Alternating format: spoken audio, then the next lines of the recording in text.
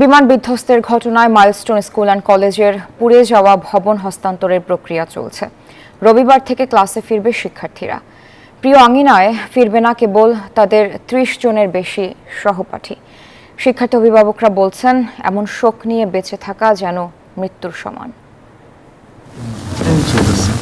দিন যাচ্ছে আর মাইলস্টোন কলেজের ক্যাম্পাসে পুড়ে যাওয়া ভবনের ভয়াবহ চিত্র স্পষ্ট হচ্ছে। এরই মধ্যে আকাশে বিমান উঠছে, পড়ে যাওয়া গাছে ফুল ফুটছে।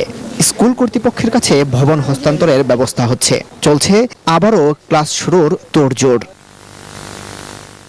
এমন শোক নিয়ে বেঁচে থাকা যেন মৃত্যুর সমান, বলছেন শিক্ষার্থী অভিভাবকরা। দৃশ্য চোখে ভাসে, আমার খুব ভয় লাগে। যখন প্লেন যায় তখন মনে হয় যে এটাও ক্র্যাশ করে। বান্ডেল থাকলে প্রতি সেনমানিতে টাকা বাঁচবে। বিকাশ সেনমানি বান্ডেল কিনে জিতুন প্রতি লেনদেনে। পড়ে যাবে। সব বাচ্চা আসলে এখন মনে হয় ফ্রি হতে পারেনি, সত্যি কথা বলতে যেটা। কিছু বাচ্চা হয়তো ঠিক আছে, বাট কিছু বাচ্চা এখনো তোমার মধ্যেই আছে। ওর মানসিক অবস্থা, বাসায় যে কান্নাকাটি করছে আর কি, এমন হয়েছে, একটা ভয় পাইছে।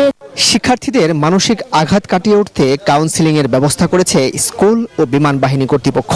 কাউন্সিলিং সাইকোলজিস্ট আজকে দুপুর 12টা থেকে শুরু করবেন এবং উনি প্রয়োজনীয় সংখ্যক যত সংখ্যক রোগীদের এই সমস্ত কমপ্লেইন থাকে মানসিক স্বাস্থ্যজনিত, তাদেরকে প্রয়োজনীয় সেবা প্রদান করবেন।